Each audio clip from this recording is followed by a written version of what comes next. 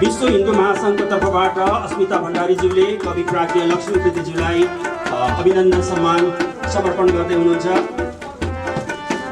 उहाँको साथमा कल्पना अधिकारीज्यू पनि हुनुहुन्छ।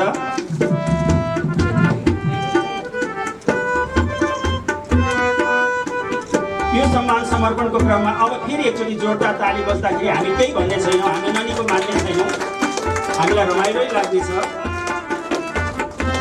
फेरि पनि एकपटक प्राज्ञ कवि लक्ष्मीकृतिज्यूलाई यो तेस्रो पटक पनि नमस्कार गर्छु।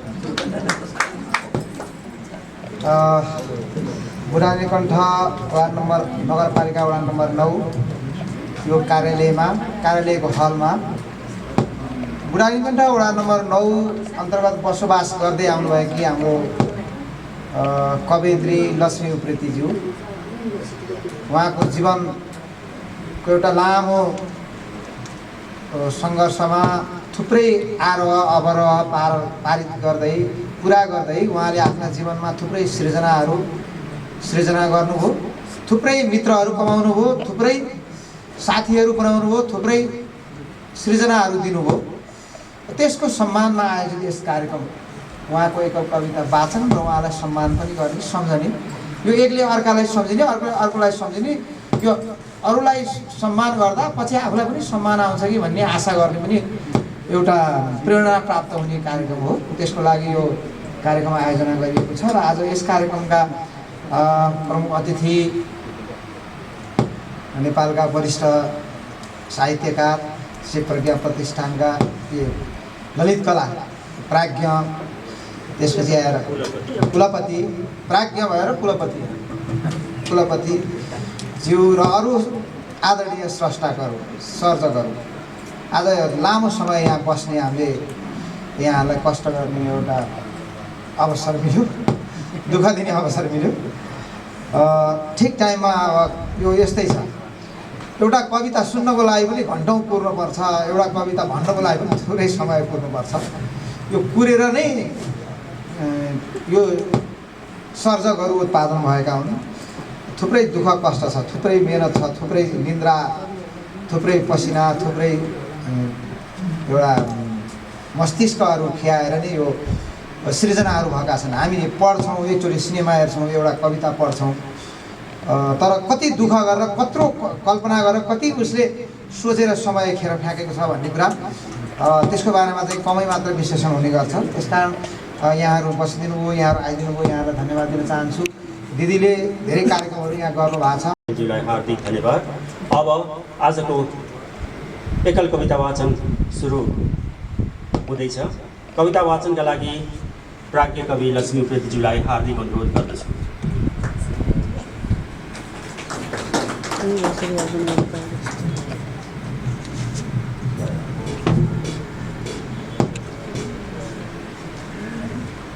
नमस्कार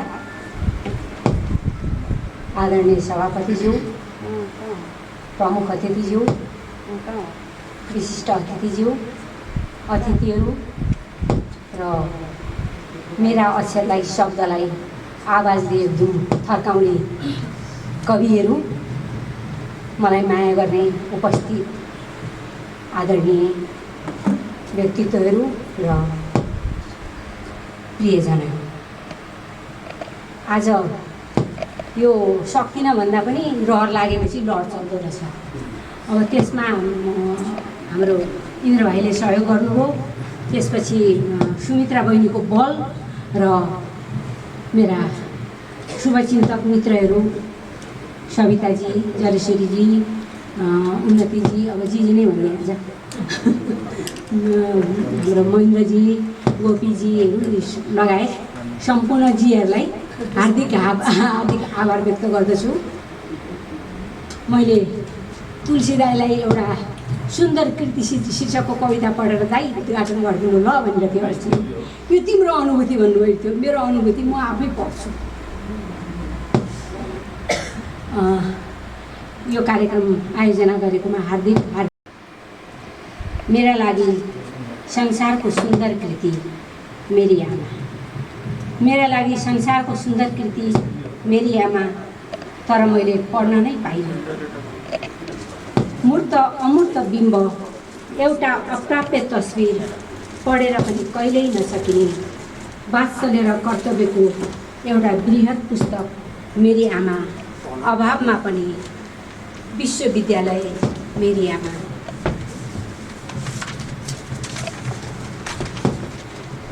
मलाई सधैँ एउटा सपना जस्तो विपनाले झस्काइरहन्छ। मलाई सधैँ सपना जस्तो विपनाले झस्काइरहन्छ। बारम्बार प्रश्न गरिरहन्छु, आमा तिमी नहुनुको अनुभूतिले सधैँ काँडा भएर बज्छ। तिम्रो स्नेह र सियल पाउँदिन, तर सपनामा नै सही तिम्रो स्नेह र स्पर्शको एक निमेष समय स्वेटर उधार्दै पैँचो मागिरहेछु। स्वेटर उधार्दै पैँचो मागिरहेछु। साँच्ची नै मेरा लागि तिमी एउटा सुन्दर चित्र। साँच्ची नै मेरा लागि तिमी एउटा सुन्दर चित्र। आकाश हौ, धरती हौ र सबै थोक हौ र सबै थोक। र अर्को एउटा कविता, दुईवटा कविता पढेर अतिथि कविहरूलाई। सपना, प्रेम र जीवन शीर्षकको कविता। मेरो मृत्युपछि आफ्नो लासको मलामी हुँदै मलामीहरूको पङ्क्तिमा आफै मिसिएर हिँड्दै खुब रोएथे। आफै मिसिएर हिँड्दै खुब रोएथे। मेरो लास जब चितामा राखियो तब मेरा छोराछोरीहरू पछाडिएर रोए। मेरो लास जब चितामा राखियो तब मेरा छोराछोरीहरू पछाडिएर रोए। अनि उनीहरूलाई सम्हाल्ने भुइँचोले समाएको देखेँ। चितामा भएकी मलाई च्वास्स घोच्यो। चिताबाट जुरुक्क उठेँ। चितामा भएकी मलाई च्वास्स घोच्यो। चिताबाट जुरुक्क उठेँ। उफ कस्तो भयानक सपना। उफ कस्तो भयानक सपना। मृत्युबोधको सपनाले तर्साएर पानी भएँ। मृत्युबोधको सपनाले तर्साएर पानी भएँ। आँखाबाट अविरल आँसु बगिरहे। सपनाको दुखाइ विपनाको मृत्यु भए। खेदिरहने समयको भयानक चित्र। खेदिरहने समयको भयानक चित्र। जीवन भन्नु शास्त रहेछ। जीवन भन्नु शास्त रहेछ। अनि अलिकति प्रेम त रहेछ। प्रेम नहुने हो त जीवन कस्तो हुन्थ्यो होला। प्रेम नहुनु हो त जीवन कस्तो हुन्थ्यो होला। एकपटक कल्पना गरौँ त। एकपटक कल्पना गरौँ त। यो पनि मेरो आफ्नै अनुभूति हो। पखेटामा स्पर्श गर्दै फर्कन्छ पानीको तरङ्ग। पानीकै संसारमा सेता सेता पानी फुलहरू उमार्दै बिलाउँदै र फेरि उमार्दै। उफ यो अधुरो अनुराग। ए समुद्र, तिम्रो सामिप्यताको अभिलाषाले आतुर म तिम्रो अस्तित्वमा मिसिएर पानी भइरहन्छु। तिमी ममा सलबलाउँछौ, मलाई रोमाञ्चित गर्दै। तिम्रो स्पर्शानुभूतमा सुखभोग गरिरहेको छु। म तिमीलाई लेख्न चाहन्छु अविरल। म तिमीलाई लेख्न चाहन्छु अविरल। ए छालहरू हो अक्षरमा लसिँदै समुद्रबाट उम्रिएका फुलका बिम्बित बाछिटाहरू म भरिभरि छरिएर शब्द बनेर आइराख। शब्द बनेर आइराख। धन्यवाद। यस भव्य कार्यक्रमका आदरणीय सभापति, वरिष्ठ कलाकार, ललित कला प्रज्ञा प्रतिष्ठानका कुलपति के कर्माचार्यज्यू, कार्यक्रमका प्रमुख अतिथि श्रद्धेय कवि एवं संस्कृतिविद प्राध्यापक तुलसी दिवसज्यू, बुढा नीलकण्ठ नगरपालिकाका नगर प्रमुखज्यू, प्राज्ञ कवि लक्ष्मी उप्रेतीज्यू, यस प्रेक्षालयमा धेरै अग्रज कविहरू हुनुहुन्छ जसको कविता पढेर मेरो पुस्ता हुर्किएको छ। यसमा कला क्षेत्रका, साहित्य क्षेत्रका, सङ्गीत क्षेत्रका प्रतिभाशाली व्यक्तित्वहरूको पनि उपस्थिति छ। यो मञ्चको अग्रभागमा दुईजना कलाकार सङ्गीतकर्मीहरूलाई पनि हामी देखिरहेका छौँ। यतापट्टि रमेश सुवेदी, जसलाई भर्खरै रेडियो नेपालले देशको सर्वोत्कृष्ट सङ्गीतकार घोषणा गरेको छ, र यतापट्टि सन्देश भाइ, जसलाई उत्कृष्ट दोस्रो उत्कृष्ट गायकको रूपमा रेडियो नेपालले भर्खरै घोषणा गरेको छ। यो उल्लेख मैले किन गरेको भने यहाँ प्रतिभाशाली जुझारु व्यक्तित्वहरूको उपस्थिति छ र यस्तो सम्मानित प्रेक्षालयमा लक्ष्मी दिदीको एकल कविता वाचन भइरहेको छ। मेरो केही छैन त्यस्तो र चाहिँ यहाँ नाट्य क्षेत्रका व्यक्तित्वहरूको पनि उपस्थिति छ। हामीले झोरहाटमा जुझारु नाटकहरू हुँदैछन् श्रृङ्खलाबद्ध, त्यहाँ कविता वाचन पनि हुन्छ भन्ने सुनेका छौँ। त्यो सम्पूर्ण कार्यक्रमका सूत्रधार यहाँ हुनुहुन्छ हाम्रो भरत सर, उहाँलाई पनि काठमाडौँमा स्वागत छ। यसरी हामी थोरै भए पनि विशिष्ट व्यक्तिहरूको उपस्थितिमा दिदी यहाँका शब्दहरू वाचाल भनेका छन्, जीवन्त बनेका छन्। यो एउटा दुर्लभ प्राप्ति हो भन्ने मलाई लागेको छ। दिदीको बारेमा के बोल्ने होला? अघि कार्यकारको कुरा आएको थियो। दिदीले कविता वाचन गरिरहँदा हामी कविताको परिधिबाट दिदीलाई कल्पना गर्छौँ। फेरि कविताको परिधिबाट अलिकति बाहिर निस्केर कथाको चर्चा हुँदा दिदीलाई एउटा कुशल कथाशिल्पी कथाकारको रूपमा कल्पना गर्छौँ।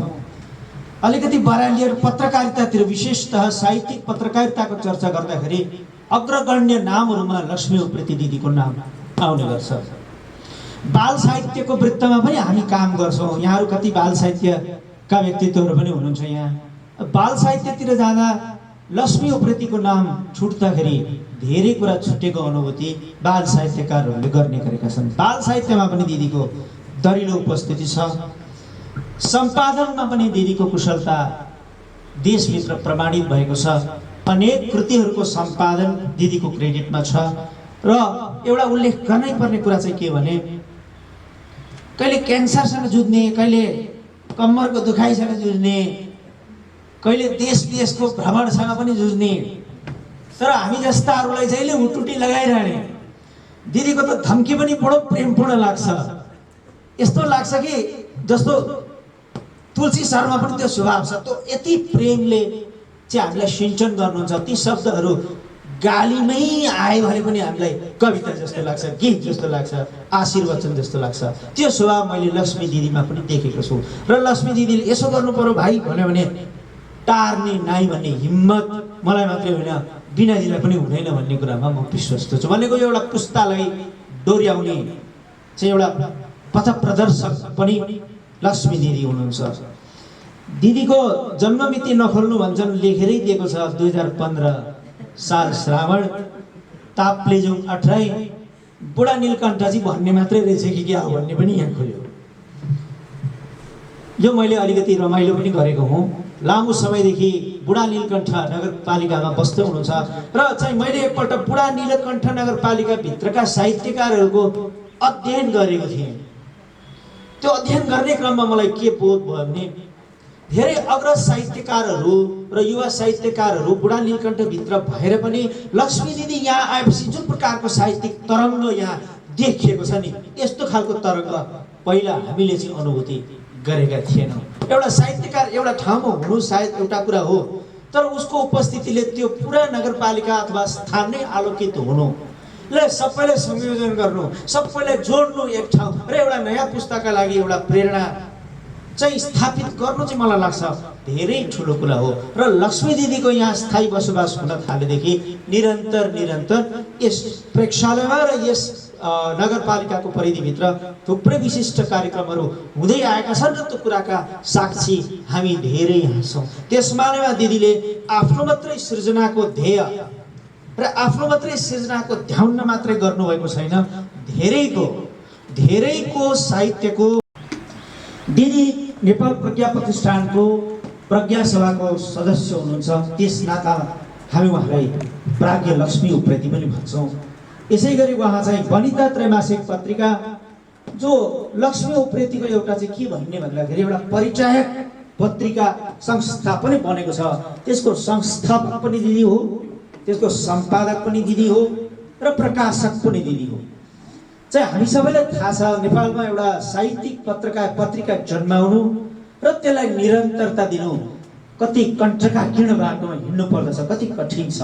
त्यो कठिनाई, त्यो चुनौतीलाई अङ्गीकार गरेर आज पर्यन्त पनि यो पत्रिकालाई जीवन्तता प्रदान गर्नुभएको छ। वनिताले पत्रिका मात्रै छाप्दैन, वनिताले समय समयमा कृति आकारका अन्य महत्त्वपूर्ण ग्रन्थहरू पनि प्रकाशित गर्छ र धेरै स्रष्टाहरूलाई सम्मानित गर्ने काम पनि वनिताले गर्दै आएको छ। र मलाई लाग्छ यस प्रेक्षालयमा वनिताले सम्मानित गरिसक्नुभएका प्रतिभाहरू पनि पक्का पनि हुनुहुन्छ। यस पछाडिको परिकल्पनाकार पनि लक्ष्मी दिदी नै हुनुहुन्छ। नेपाल साहित्यिक पत्रकार सङ्घका उहाँ उपाध्यक्ष, संस्थापक उपाध्यक्ष पनि हो र आज पर्यन्त पनि यस संस्थामा दिदी कार्यरत हुनुहुन्छ। शङ्कर लामिछाने निबन्ध समाज, डाक्टर हर्षबहादुर बुढामगर स्मृति प्रतिष्ठान, रमाकृष्ण सिर्जना प्रतिष्ठान, महिला गीतकार सङ्घ आदि सम्मानित कतिपय सङ्घ संस्थाहरूमा दिदीको संलग्नता पनि छ।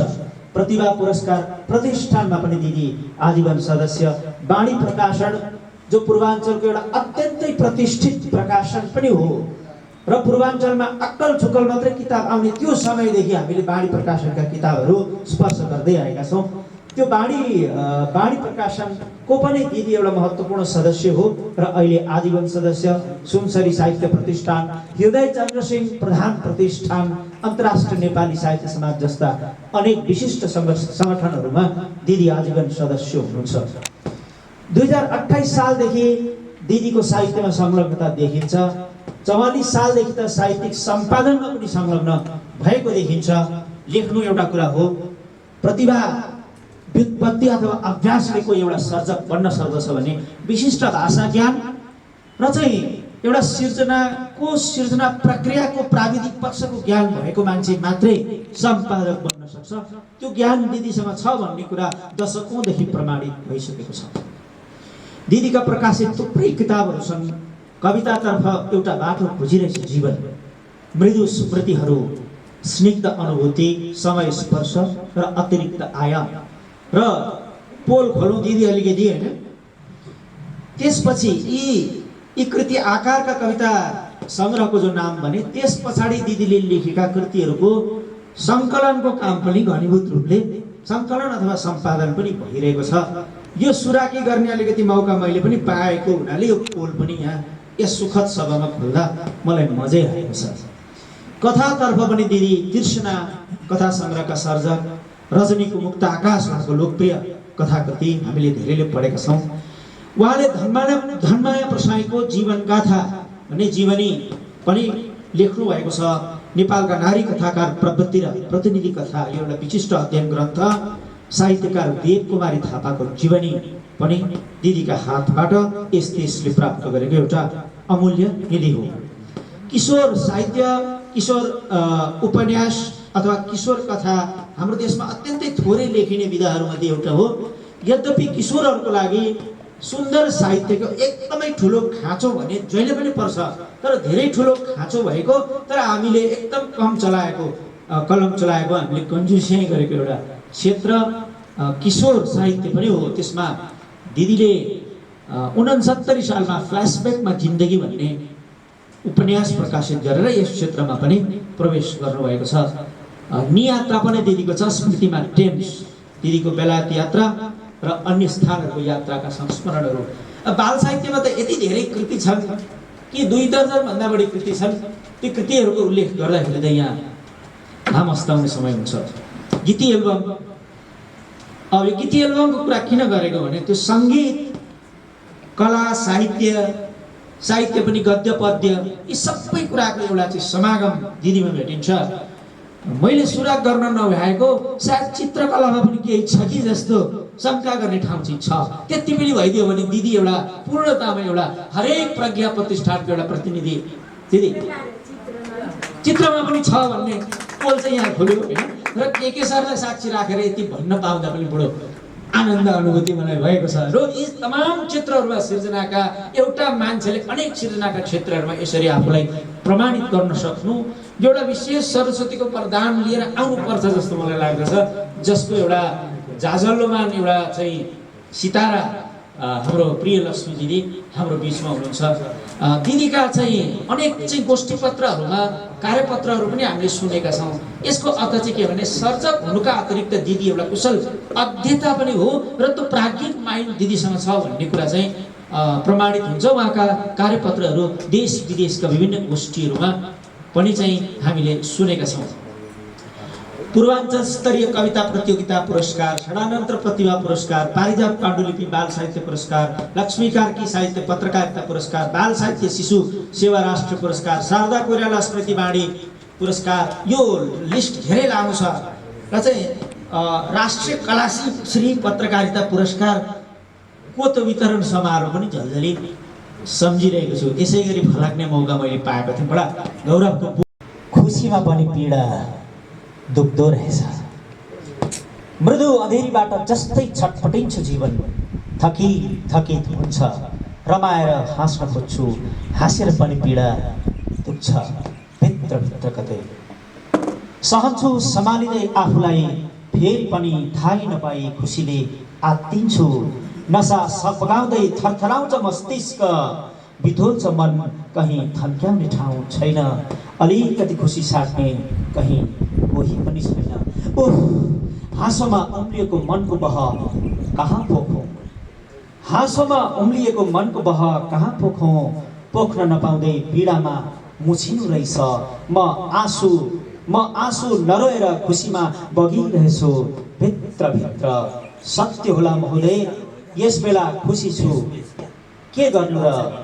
सत्य होला महोदय, यस बेला खुसी छु, के गर्नु र? खुसीमा पनि एक्लै रमाउन सकिन्न रहेछ। धन्यवाद। एउटा कविता वाचन गरे। अर्को कविता, विभ्रम यात्री तिमी। आवरणको परेलीमा आफूलाई थन्क्याएकी छु, आवरणको परेलीमा आफूलाई थन्क्याएकी छु। चहराइरहेछ तिम्रो स्पर्श, हामी बीच एउटा रित्तो आकाश छ। हावा भएको छ एक तमासको, विभाजनको कुनै पर्खाल छैन। मुटुको अन्तर कुन्तरमा एउटा नमिठो चोट, हर क्षण हर पल तिम्रो उपस्थितिमा अनुपस्थितिमा लागिरहन्छ। माधुर्य हराएको जलक जस्तो पवित्रको अनुभूति शब्दमा खै कसरी व्यक्त गरौँ। जीवनको मोडमा तिम्रो छाया भोग्दैछु कि पराजित भ्रम खोज्दैछु। मृगतृष्णा तिमी कसरी भयौ भुल्न नै सक्दिन। अवसादित अनिर्णायक विभ्रम यात्री तिमी, जीवन भोगाएका अभिव्यञ्जना आखिर तिमी नै त भयौ नि। मेरो एउटा सजीव कथामा गाँसिएका प्रिय पात्र विभ्रम यात्री तिमी। प्रीति सँगसँगै इन्द्र कुमार होइन सरी कविता वाचन गर्ने भाइ बहिनीहरू र यति बेलासम्म कविताप्रति सद्भाव अथवा लक्ष्मी उप्रेतीप्रति सद्भाव जनाएर बसिरहनु हुने साहित्य प्रेमी, विशेष गरेर कविता प्रेमी दाजुभाइ र दिदीबहिनीहरू। दाजु त छैनन् होला, तर पनि अब भन्ने म आयो भनिहाले। जे होस्, मलाई अहिले खुसी के लागिरहेछ भने लक्ष्मी उप्रेतीको साहित्यिक सेवा सँगसँगै साहित्यिक मित्रहरूको आर्जन गर्न सक्ने क्षमता देखेर भित्र कतै अलिकति ईर्षा जस्तो पनि लागिरहेको छ। कविता लेख्नु एउटा कुरा, तर कविताप्रति सद्भाव राखेर कविताकै माध्यमद्वारा कवि मित्रहरू अथवा कवितालाई सद्भाव देखाउने सबै हार्दिक सम्बन्ध कायम राखेर मित्रता आर्जन गर्ने क्षमता देखेर खुसी भएको पनि छु। कविताको माध्यमद्वारा आफूलाई देश र विदेशमा परिचित गराउने, देशैभित्र पनि मलाई पनि कति कुरा थाहा नभएको कुरा अहिले सुने, भएको कुरा भन्नलाई मलाई केही अप्ठ्यारो लाग्दैन।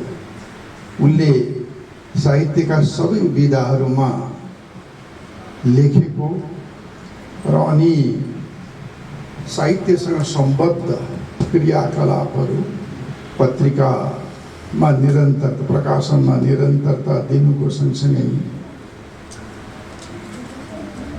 चित्रकारिता त मैले पनि गरेको हुँ, तर उनले चाहिँ मेरोभन्दा फराकिलो सीमा विस्तारित गरेको देख्दा म पनि अलिक उमेर कम भएको भए हुन्थ्यो भने जस्तो लाग्न थालेको छ। खासमा उमेरले गर्नु त केही गर्दैन। म अहिले आई एम ओभर 80 अथवा 82, 83, तर मेरो हिम्मत र आँट र कविताप्रतिको प्रतिबद्धता, समर्पण तपाईहरू जस्तै युवाहरूको, युवतीहरूको, किशोर र किशोरीहरूको, बालिकाहरूको जत्तिकै भएको आफू जहिले पनि अनुभव गर्छु। त्यसको मूल कारण यसरी नै लक्ष्मी उप्रेतीको कविता वाचन मात्र होइन, सबै प्रिय कविहरूको अथवा सामूहिक कविता वाचनको अवसरमा सम्मिलित भएर अलिकति उमेर यौवनको पैँचो लिएर घर जान्छु। भनाइको अर्थ के भने अहिले पनि मैले यो बेलामा पनि उमेरलाई क्रियाशील भएर अझ जिउँदो बनाएर सक्रिय बनाएर राख्ने मूल स्रोतहरू चाहिँ तपाईहरू नै। कविता लेख्ने, कविताप्रति सद्भाव जनाउने, कविताप्रति प्रतिबद्ध भएर लाग्ने सबै नै मलाई लाग्छ जहिले पनि हामी कविहरूलाई प्रोत्साहित मात्र होइन, रिकग्नाइज, स्वीकृति दिने अथवा यसलाई सम्मान र मान पनि म त्यति वास्ता गर्दैन। म त मानै नभए पनि सम्मानित हुन सक्ने मान्छे भएको छु, देशभित्र मात्र होइन देश बाहिर पनि, जहाँ पनि। यहाँ भन्ने गर्छन् कविता लेखेर के हुन्छ यार, कविता लेखेर के हुन्छ भन्नेले मलाई हेरे हुन्छ। यो उमेरमा पनि प्रति वर्ष 6-7 वटा न्यूनतम गइरहेकै हुन्छ। रिकग्नेसनमा गोजीको पैसा आजकल खर्च पनि गर्दैन, निम्तो पनि आउँछ, बस्ने पनि उनीहरूले नै गर्छन्। 3/4 संसार त कविताकै नाममा घुमेको छु। कसले भन्छ कविताको नाममा केही पनि हुँदैन भनेर? कुर्सीमा बसेर खाली फुर्ती गर्नेहरूले चाहिँ यो कुरालाई अलिकति बुझिदिए हुन्थ्यो भन्ने कुरा कहिलेकाहीँ मलाई लाग्छ। कुर्सी भनेको आवधिक हुन्, 3 वर्ष लागि, 2 वर्षका लागि, बढ्ता भए 4 वर्षका लागि। प्रधानमन्त्रीको पनि त्यही नै हो, हर मन्त्रीको पनि त्यही हो, चाहे एकाडेमीको कुलपति र सदस्य सबै सचिव त्यही नै हो। पूर्व कवि देवकोटा भनेको तपाईँले त सुनेको पनि छैन। पूर्व गायक नारायण गोपाल भनेको सुनेको छ हामीले? सुनेको छैनौँ। यथार्थमा सृजनशील व्यक्तिहरू, चाहे कवि हुन्, चाहे चित्रकार हुन्, चाहे सङ्गीतकार हुन्, ती अपूर्व हुन्छन् र तिनले काललाई जितेका छन् र कुनै बेलामा पनि कसैलाई भूतपूर्व र पूर्व भन्ने अधिकार दिन सकेका छैन।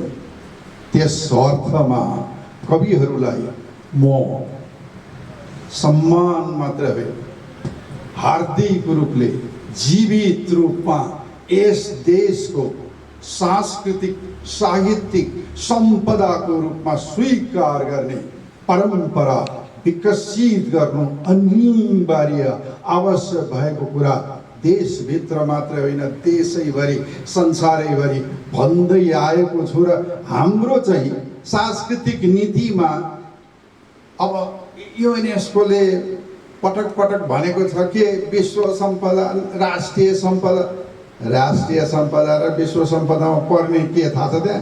पुरानो मूर्ति, पुरानो मन्दिर, पुरानो दरबार सभा।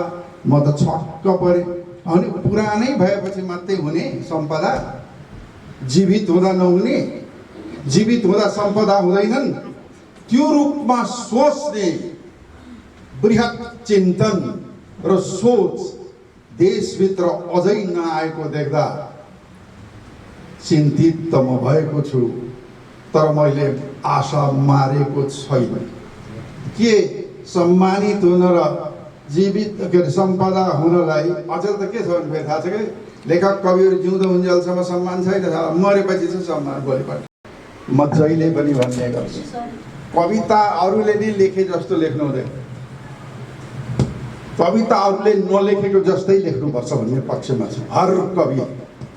हर कविले आफै जस्तो कविता लेख्नुपर्छ, अरूको जस्तो कविता लेख्ने होइन, अर्काको जस्तो कविता लेख्ने होइन, आफ्नै जस्तो कविता लेख्नुपर्छ र आफूलाई नै लेख्नुपर्छ र आफ्नै कुरा भन्नुपर्छ र आफ्नै ढङ्गले भन्नुपर्छ भन्ने पक्षमा म छु। र त्यस ढङ्गले लक्ष्मी उप्रेतीले धेरै जस्तो कवितामा सुरुदेखि अहिलेसम्मको कवितामा अत्यन्त मन्द, एकदम नम्र स्वर र आवाजमा कवितालाई अगाडि हिँडाउनको निमित्त अथवा कवितालाई जन्माउनको निमित्त र जन्माएको देखेर मैले के भनेको छु भने भुलभित्रका कवि होइनन्, तर उनी एक्लो भएर पनि भुल लिएर हिँड्ने कवि चाहिँ हुन सक्छन् भन्ने कुरामा म विश्वस्त भएको छु। यति भनेपछि लक्ष्मी पर्छ।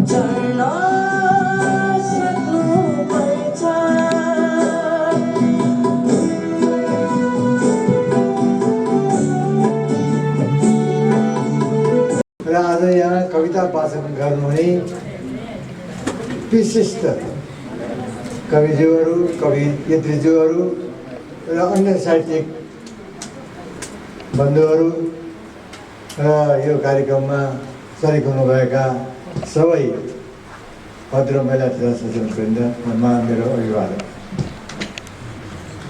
कार्यक्रम अत्यन्त रोचक रह्यो आजको यो कार्यक्रम। सबै विशिष्ट व्यक्तित्वहरूबाट विभिन्न विशेष अत्यन्त श्रवणयोग्य कुराहरू हामीले सुन्यौँ। मेरो व्यक्तिगत हकमा यहाँ एक दुई कुरा राख्नुपर्ने मैले आवश्यकता ठाने। त्यो के भने हाम्रो कवियत्री लक्ष्मी उप्रेतीजीले जसरी आज कार्यक्रम सम्पन्न गर्ने जमर्को गर्नुभयो त्यसको लागि म उहाँलाई हार्दिक धन्यवाद दिन चाहन्छु। किनभने अघि पनि यस्ता कुराहरू यहाँ आउँथे, बिरलै हुन्थे यस्ता कार्यक्रमहरू। तर समय, प्रविधि, विधा आदिको कारणले भनौँ, प्राविधिक कारणले सायद मलाई लाग्छ उहाँले रहर गरे जस्तो हुन सकेन कि भन्ने मलाई लागेको छ। एउटै उदाहरण मेरो दिन्छु। उहाँले मलाई आग्रह गर्नुभयो कि आज चित्र तयार गर्ने, आज वाचन हुने कविता, कुनै पनि कविताको आधारमा एउटा चित्र तयार गर्ने भन्ने उहाँले रहर गर्नुभयो। उहाँको यो रहर मैले ठानिनँ, यो उहाँको विशिष्टता मैले ठाने। त्यस कारण मैले उहाँलाई हुन्छ भनेर स्वीकृति पनि दिएँ र आज म यो कार्यक्रममा सभापतित्व ग्रहण गर्न यहाँ उपस्थित आएँ। अप्ठ्यारो लाग्यो मलाई आज यहाँ भनिरहँदाखेरि। के भने यहाँ पनि प्राविधिक त्रुटि भएको मलाई लाग्यो। मलाई चित्र तयार गर्नको लागि उहाँले सामग्री तयार गरिदिनु भयो। त्यो सामग्री अब भन्नुपर्दा मैले भन्नुपर्छ चित्र तयार गर्न योग्य छैन। यदि मैले उहाँले मलाई भन्नुभयो जसरी पनि गरिदिनु होला पनि भन्नुभयो, तर जसरी भए पनि गर्ने भने सृजना हो, मुडमा काम गर्छन्। एउटा क्षणले कलाकृतिको सृजना हुन्छ। त्यो वातावरण नभएमा कसरी तयार हुन्छ, मैले कसरी तयार गरौँ, गर्नै पर्ने हो भने पनि मैले त यो अग्नि परीक्षाकै रूपमा लिनुपर्ने हुन्छ। त्यति महान व्यक्ति म पनि होइन, सीता जस्ती। त्यस कारणले मैले उहाँलाई विनम्रताका साथ मैले उहाँलाई अनुरोध गरेँ कि आज यो मैले चित्र तयार गर्न सक्ने अवस्थामा म छैन कि यो क्यानभास